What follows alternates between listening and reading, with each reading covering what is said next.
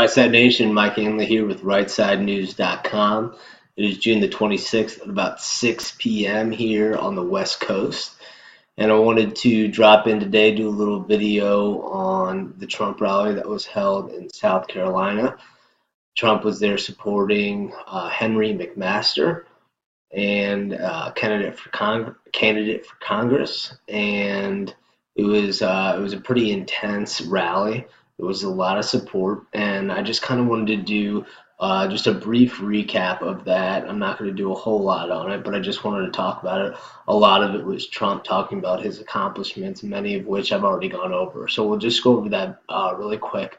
And then I have some more information in regards to the follow-up on the comments made by Maxine Waters, which I touched on last night, and how that is affecting the political atmosphere moving forward, especially for those involved in the Trump administration. So I appreciate you all for tuning in tonight, and I hope you all get a lot out of this video.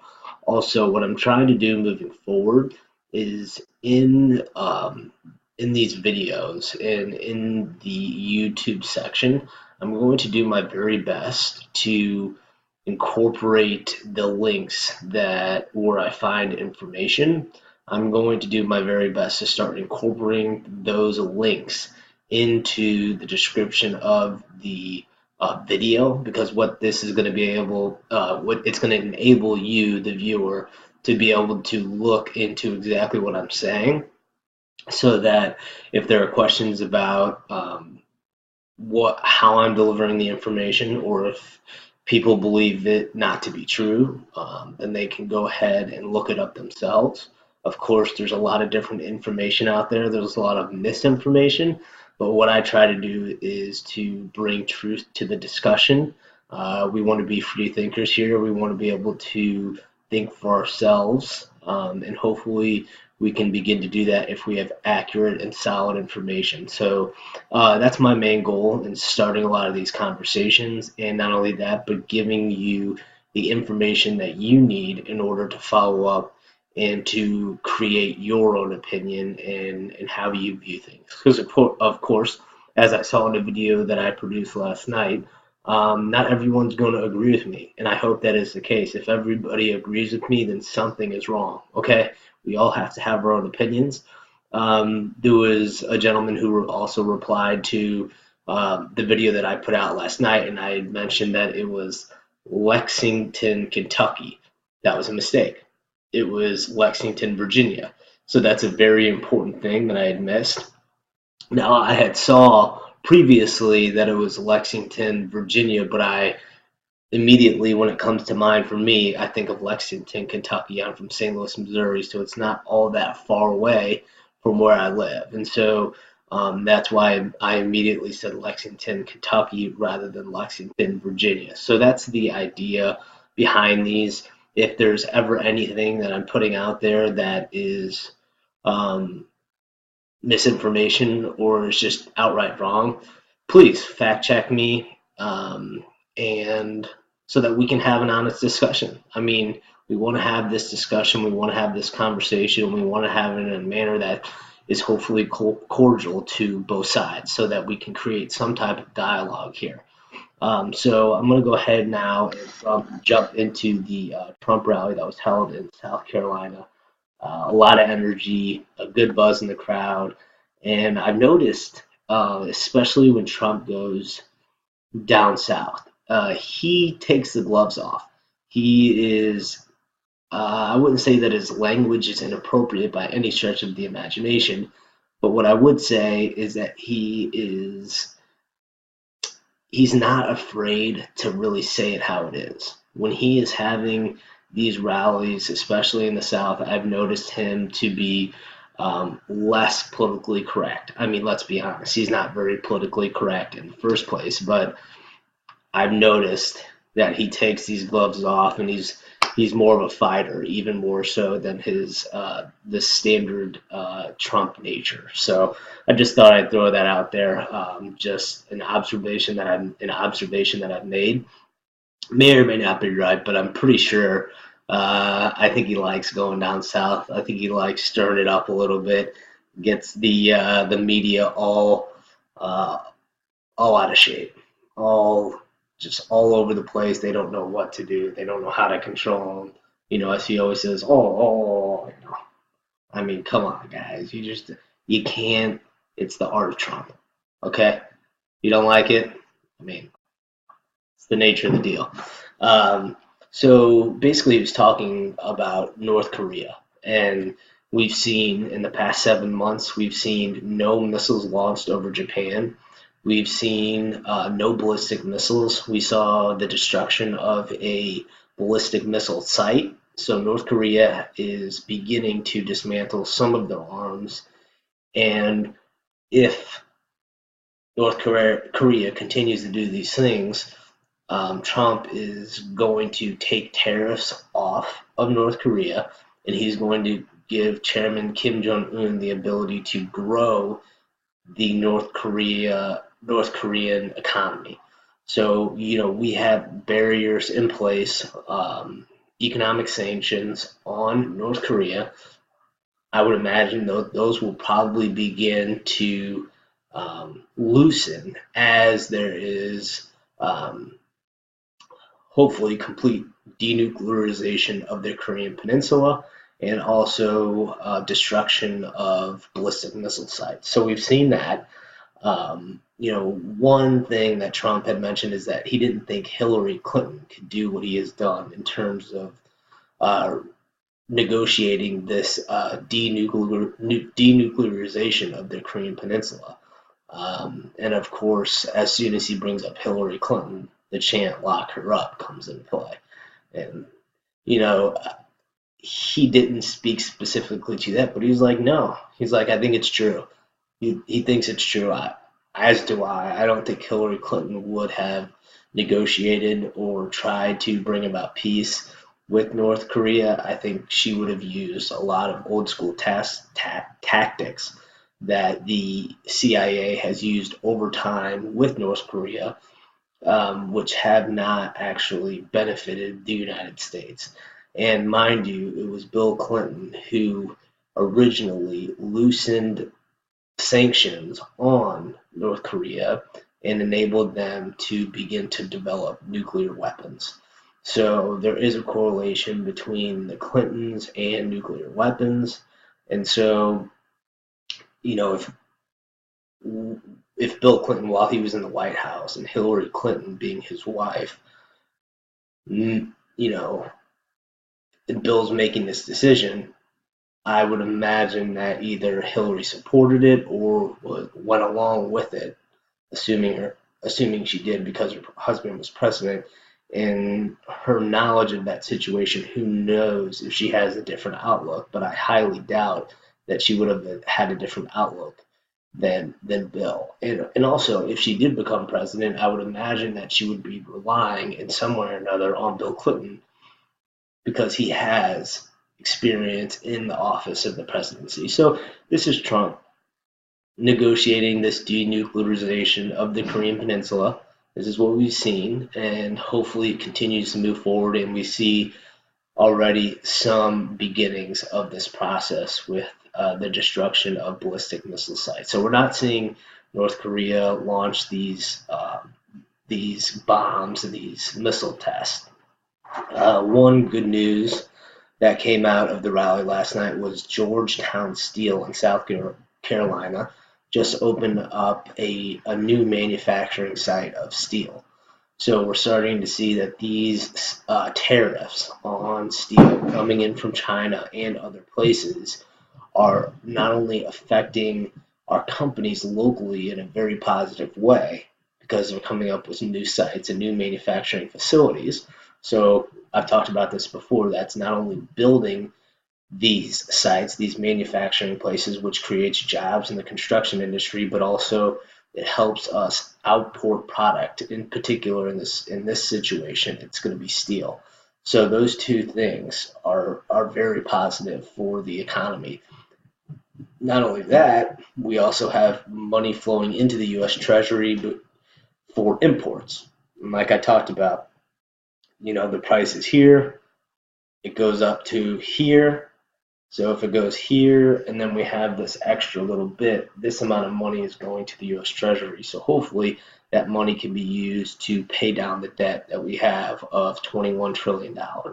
So that's also another positive byproduct of the tariffs. Trump also called out Jimmy Fallon last night. Fallon had apologized for humanizing Trump, and in the way Trump was sitting down on the Jimmy Fallon show when he was running for presidency, and Jimmy Fallon went up to him and messed his hair up and got it all crazy. And he said that humanized Trump, which I think in a way it did. But not only that, but everybody thought that Trump's hair was fake. So that myth was dispelled. And let's be real, Trump's very proud of his hair. I mean, not the best hair I've ever seen, but he says it's real. I think it is. It showed after that. And so Jimmy Fallon is sitting here apologizing for humanizing Trump. And Trump said that after the show, Jimmy Fallon had given him a call talking about how monster the ratings were and thanking him for coming on the show. So, Jimmy Fallon's here humanizing Trump, thanking him for coming on the show, and then he's apologizing for the humanization of Donald Trump. So, I don't know. It sounds like a bunch of BS to me, a little bit of gossipy, but I think it's true, and I think there's something to be said for when people don't like him or didn't like him, when they see those things. I think they can do nothing else but to laugh. That's anybody with a sense of humor is going to have a little bit of a laugh in that situation. Trump also talked about Melania Trump. Recently, she was in the news for wearing the jacket. I don't care anymore. Do you? And she made the news because she was saying that she doesn't care what the press says about her anymore. She recently had a surgery, and there was a lot of rumors that she had moved out to New York City, or she had moved out to Virginia, and she was no longer staying and living at the White House. Well, it was because she was having a surgery. So we're starting to see more and more of these fake news stories that come up about the relationship between Donald and Melania and whether or not they're still together. Yeah, they're together, okay? And not only that, I don't think she's going to leave the President of the United States in the middle of a presidency. If she hadn't left him already by now, like during the campaign, there's no way in hell she's going to leave him now. At least I don't think so. So, Trump also talked about the free trade. He talked about trade with the European Union. He talked about the trade barriers that they put into place to limit product coming in from the United States. He talked about Canada and Justin Trudeau and the conversation that he had with Trudeau at the G7 summit and what that conversation looked like. He said that they were getting along fine, getting along well, and then as soon as Trump jumps on Air Force One, he says there's 22 TVs on Air Force One, and that as soon as he got on, he was seeing Justin Trudeau stand up there and talk about how Trump isn't going to take advantage of Canada and that he's going to fight back against the tariffs that are being put in place by the United States on imported products from Canada. And, this is interesting because they've been taking advantage of us on trade as most as every other country in the world. And they're supposed to fight back against a renegotiation to make things more fair and more reciprocal. And I'm just not buying it. Not only that, but Mexico has $100 billion surplus in trade with the United States. So I was just talking about Canada with Justin Trudeau, and I just jumped down to below us on our southern border, Mexico. And like I said, they have $100 billion surplus of trade with the United States, and that's on an annual basis. So no wonder our country is bleeding out. No wonder we're $21 trillion in debt. Not only that, but we've spent $7 trillion over in the Middle East. So not only are we losing on trade, but we're fighting these needless wars, in some cases needless wars overseas, and we're spending massive amounts of money. And not only that, is what is the objective of these goals? What is the objective and goals of the wars that we are fighting overseas?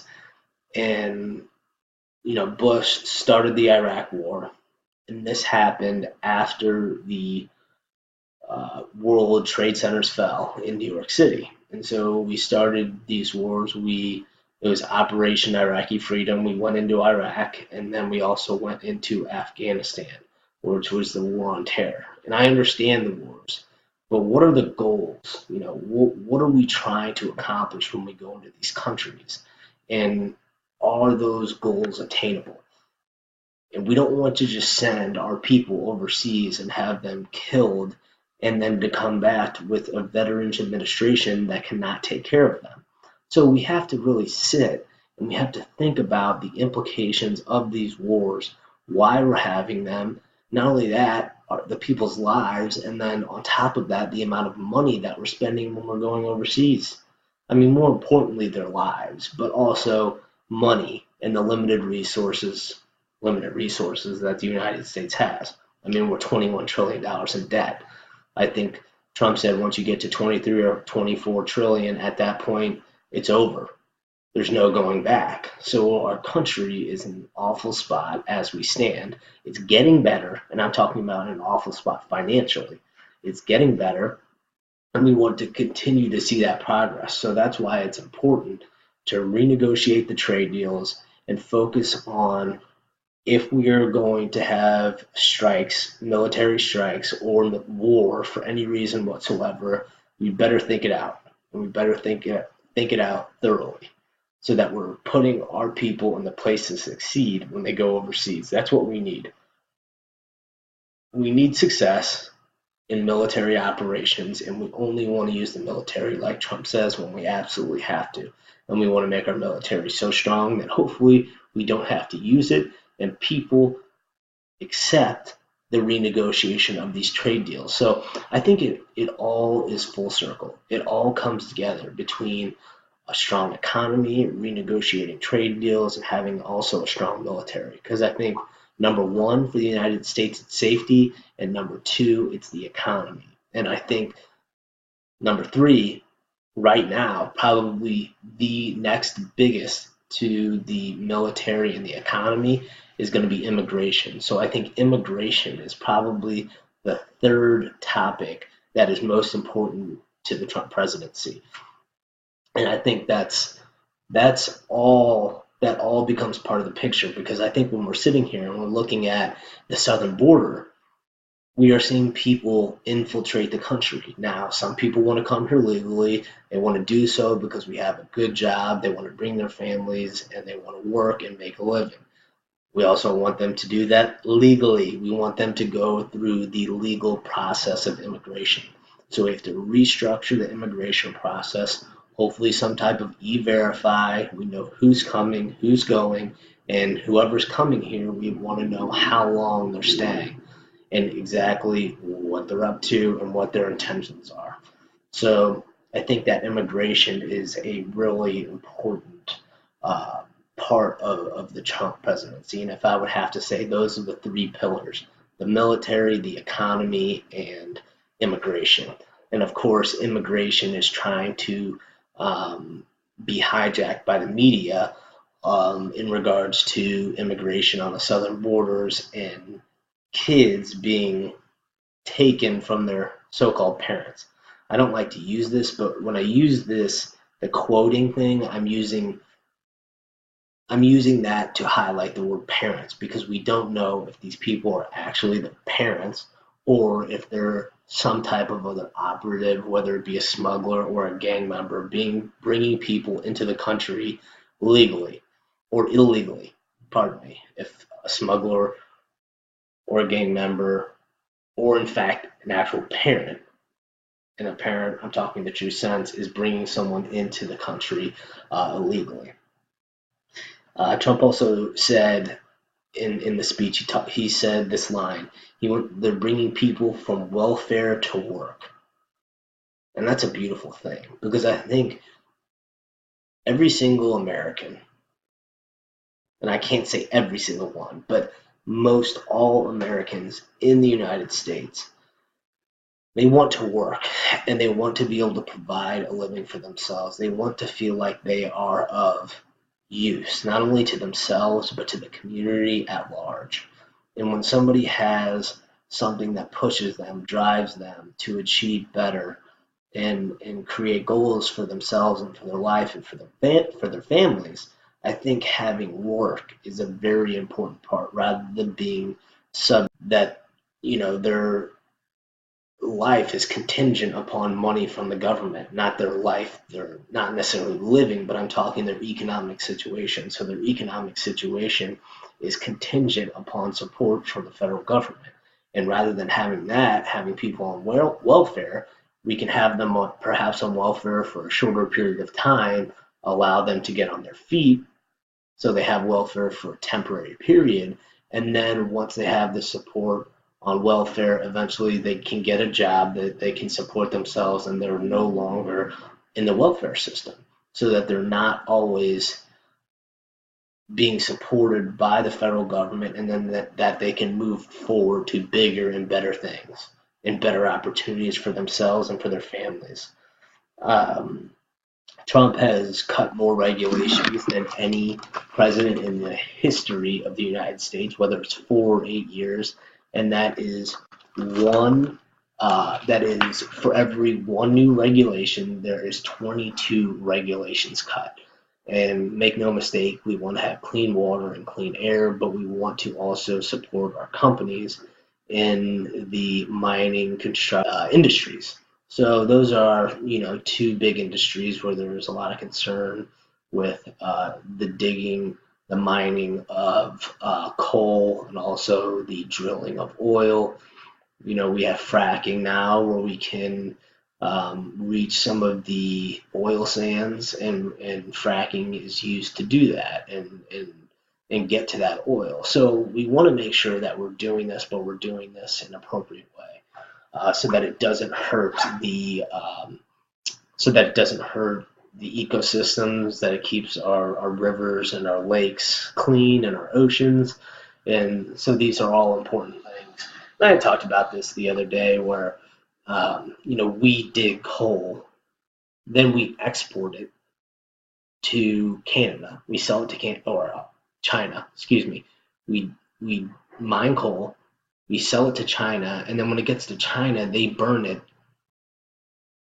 in the worst way possible. It's not clean. I mean, there's this talk about clean coal. I don't know how clean coal can be, but the idea is if we mine it here, we can burn it here in a much more sustainable way than they can in China. I mean, in China, you see people walking around in these cities with like doctors' masks covering their mouth.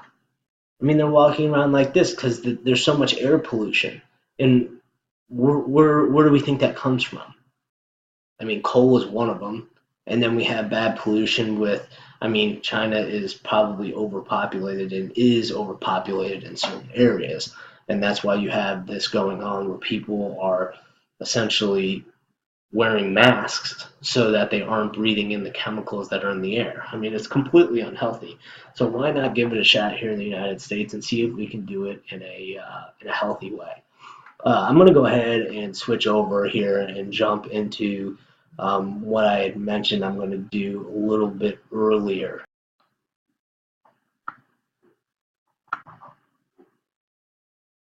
Tremendous success, a tremendous victory for the American people and for our Constitution. This is a great victory for our Constitution. We have to be tough, and we have to be safe, and we have to be secure. At a minimum, we have to make sure that we vet people coming into the country. We know who's coming in. We know where they're coming from. We just have to know who's coming here. The ruling shows that all of the attacks from the media and the Democrat politicians are wrong, and they turned out to be very wrong. And what we're looking for as Republicans, I can tell you, is strong borders, no crime. What the Democrats are looking at is open borders, which will bring tremendous crime. It'll bring MS-13 and lots of others that we don't want to have in our country.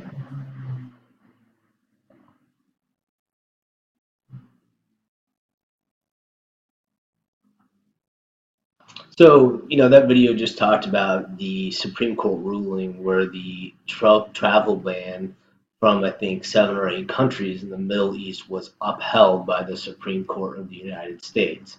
And there was so much outrage over this so-called Muslim ban, this ban of all Muslims coming into the United States. And that, in and of itself, was completely false, okay?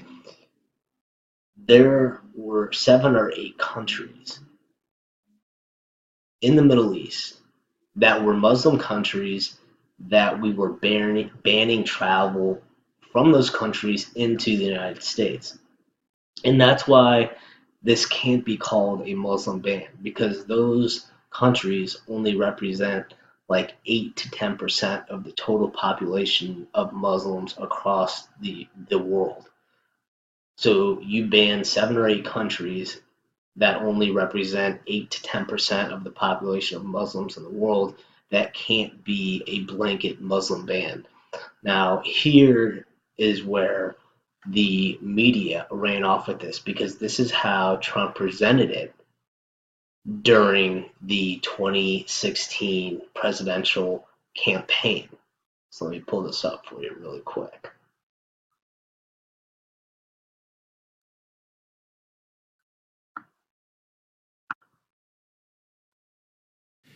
Donald J. Trump is calling for a total and complete shutdown of Muslims entering the United States until our country's representatives can figure out what the hell is going on.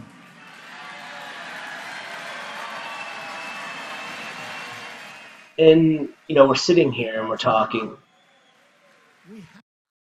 We're sitting here and we're talking about Trump and how he delivered that. And I think he could have delivered a little bit in a lighter point of view, maybe explained himself a little bit more thoroughly. But I think also that is also his negotiation style.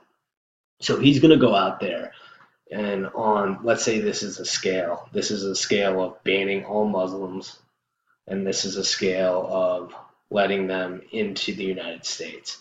And so he's going to start out all the way over here saying we're going to ban all of them. But really, probably what he's looking for is coming all the way down here and saying, really, I just want to ban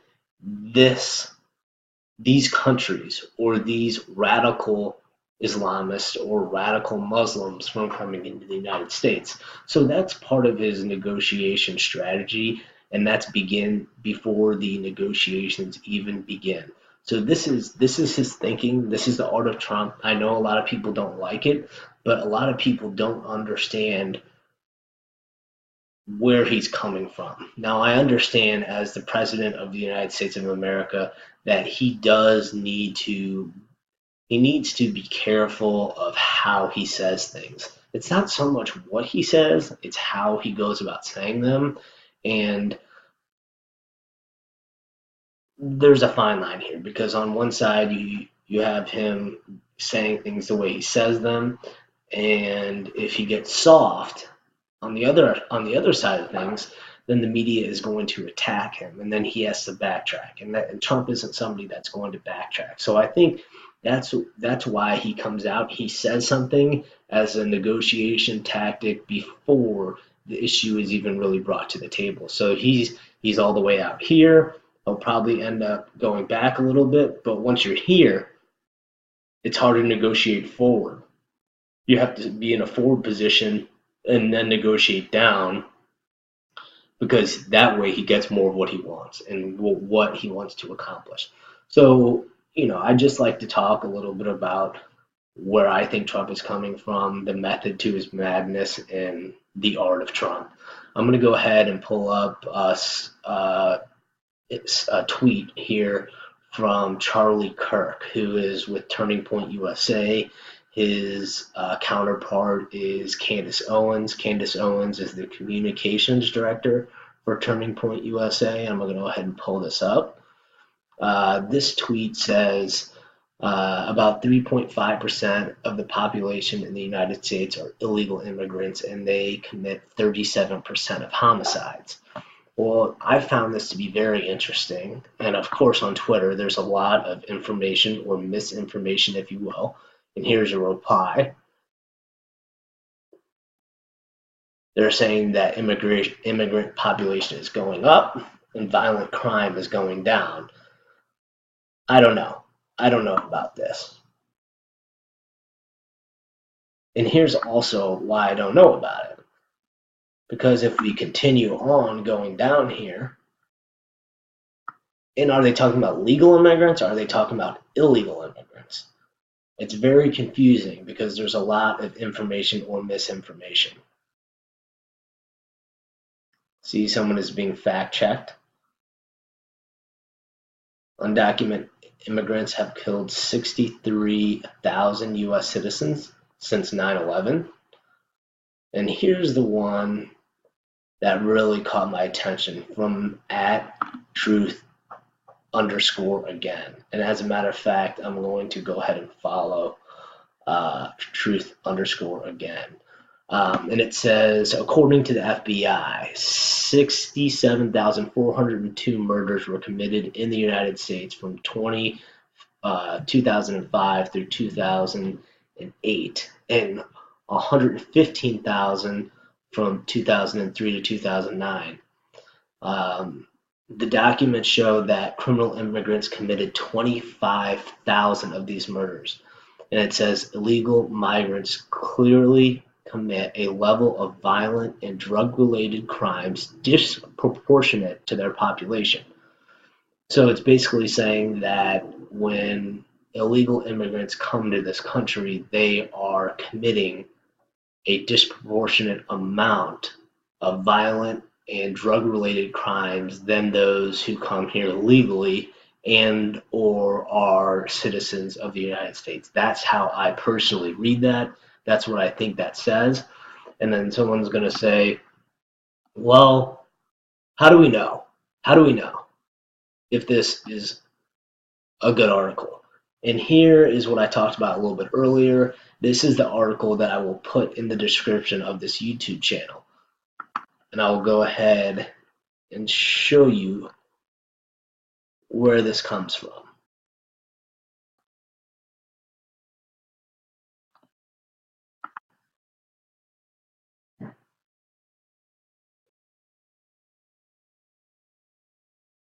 Here are the numbers. So you can correlate this to this picture, the U.S. Department of Justice, the U.S. Department of Justice. So that's where this information is coming from. Again, I just wanted to show you so that people aren't thinking that I'm just coming up with these stats that it's not making sense. This is an article put on by The Hill. I'm not always necessarily a huge fan of The Hill. I believe parts of the information they put out is a little bit of propaganda, but nonetheless, I thought it was a pretty good article. And it backs up what Charlie Kirk is saying, because a lot of people say, oh, well, he doesn't have the facts. Well, this shows that maybe he does have the facts, and this is also something that I'm trying to do to fact check myself before I'm putting out this information. All right, so I hope that was helpful. This also has to do with immigration. Now, we were talking, I'm going to go ahead and follow this as well. It says Hollywood adoption manager busted for child porn. Carlos Castillo, 54, is a 30-year employee of the LA Department of Children and Family Services. More than 600 images and videos found in the raid of Castillo's Hollywood apartment.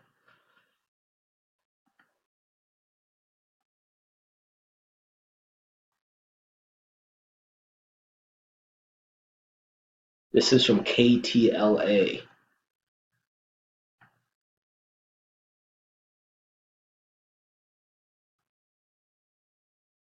He shares it with his longtime partner. I wonder who that longtime partner is.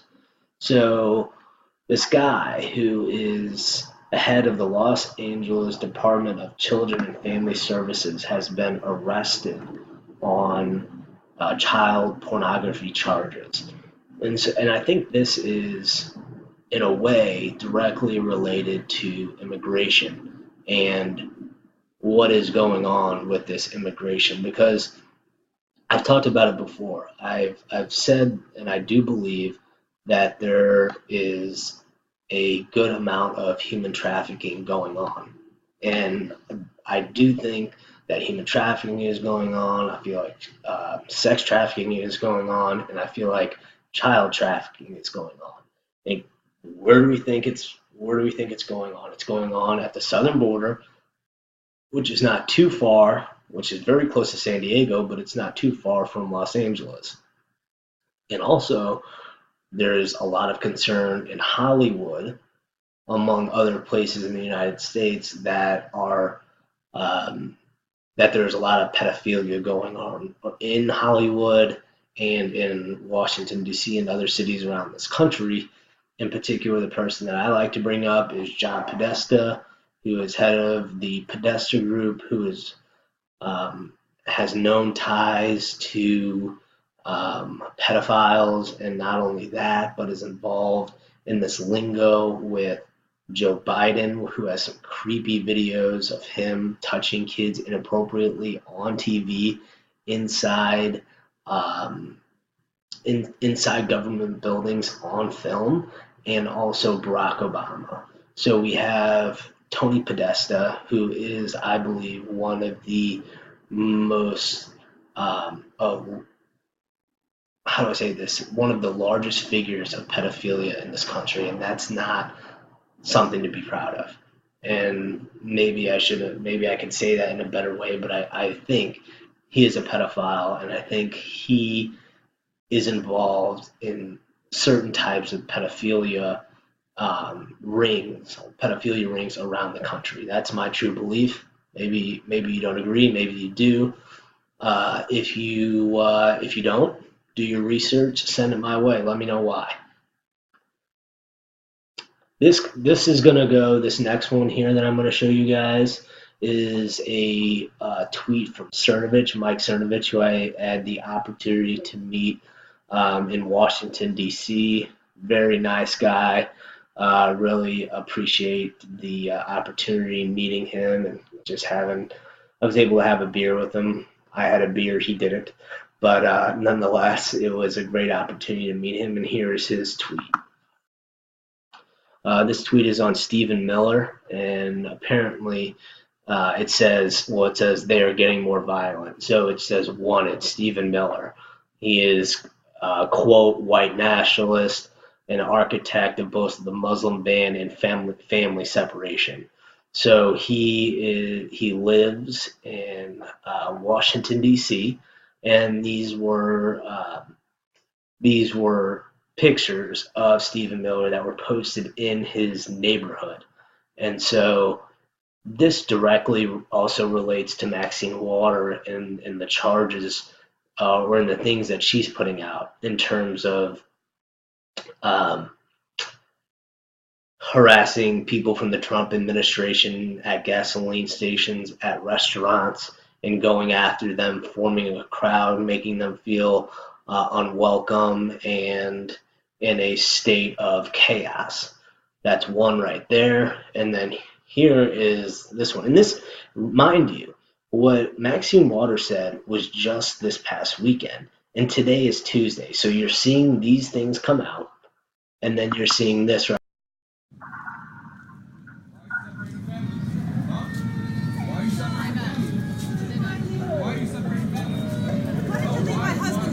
Separating families. Why did you leave my husband alone? I'm not trying to disrespect you, but why is he separating families?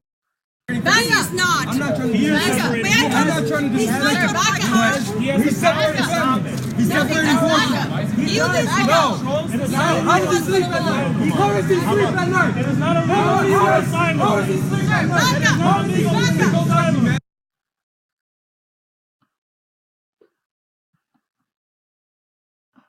So you're seeing this happen, and this is happening at people's front doors, at their places of work. I mean, we saw Christian Nielsen, we saw a crowd of people, even what you could call a mob of people who are outside with megaphones yelling at her house,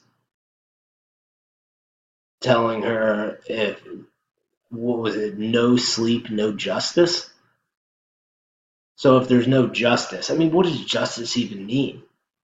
Lady Justice is supposed to be blind, and we've seen in this country that Lady Justice has not been blind. All you got to do is look at Hillary Clinton. So they want justice how they want justice. But is that truly justice? I think not. And the reason I don't think so is because justice is based on law. It's not based on emotion.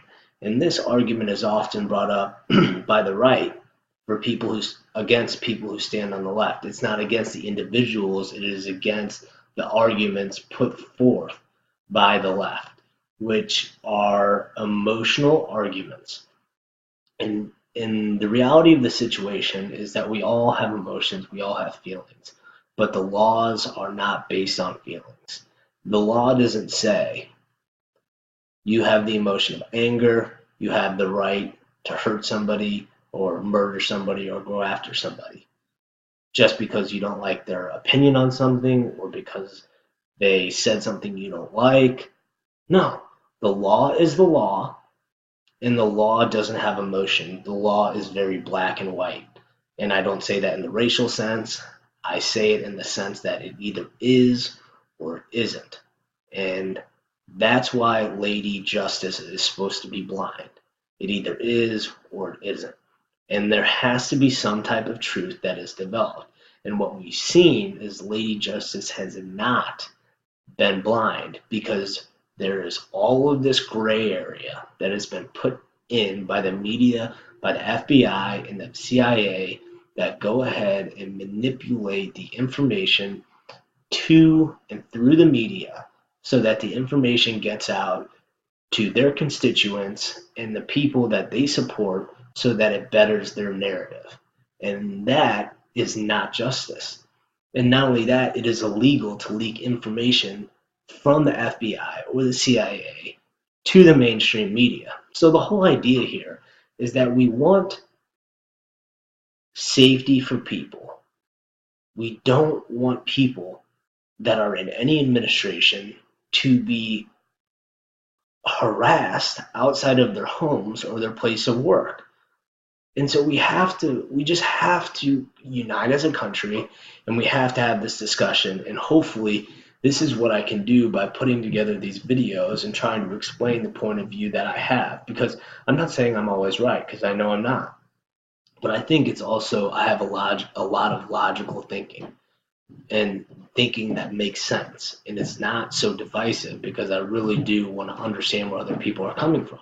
And if I understand where other people are coming from, then that gives me the ability to go ahead and understand their point of view and then perhaps take something from their point of view and use that into what I like. It's like anything in life. Somebody teaches me something, I can take that and I can make it my own.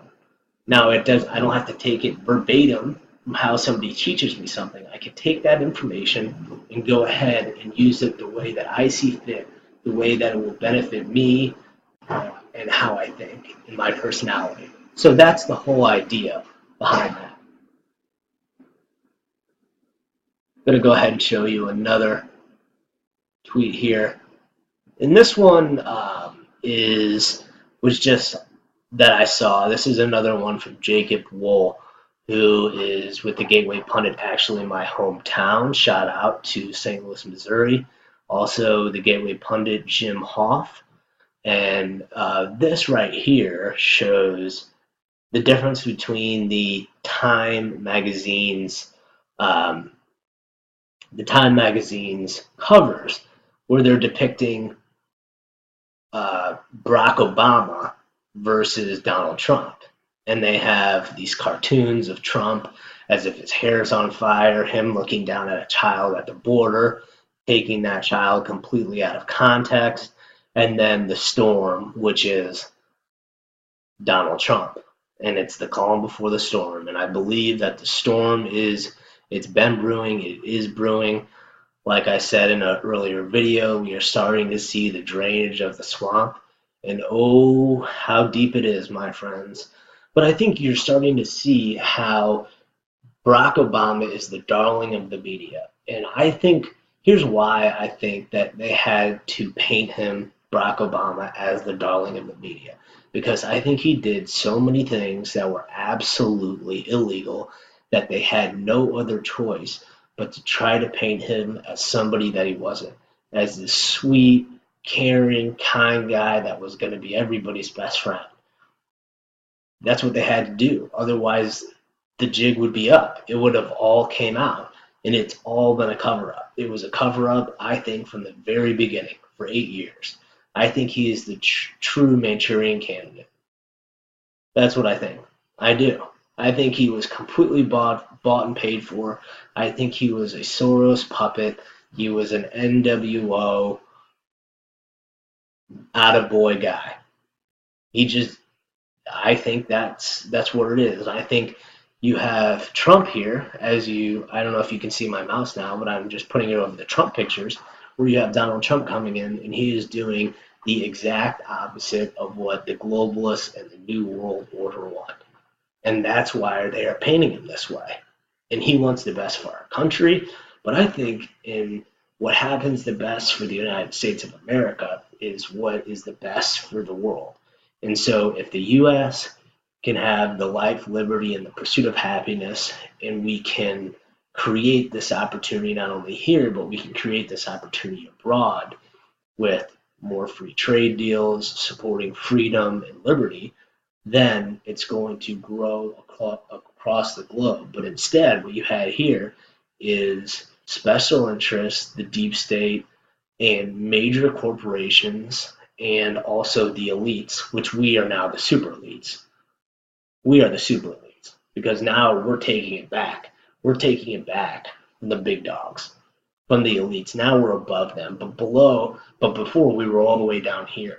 And the elites were up here with the special interests, the big farm, the corporations, and they were just, it was just cha-ching, cha-ching, cha-ching all day long. And they were being bought and paid for, all of the politicians. And all of that lobbyist money was going to enrich themselves, their political campaigns, and their families. And so we've seen the shift in this dynamic away from this good old boy system where you have Barack Obama painted as the darling and you have Donald Trump now who is taking our country back. He is restructuring trade deals. He is restructuring immigration. He is strengthening our military. And that's why you have Donald Trump being painted this way, because he is destroying exactly what the establishment, the Bushes, the Clintons, the deep state, the FBI, the CIA, and all these corporate entities have been doing in corrupting our justice system and our in our overall rights as Americans over time. So essentially, that kind of ties everything together. I think that is actually a pretty solid video. I hope it was helpful to you guys. Again, it's always a pleasure to have you guys turn in. This is Mike Hanley with RightSideNews.com. Right Side Nation, don't be left, be right. Thank you.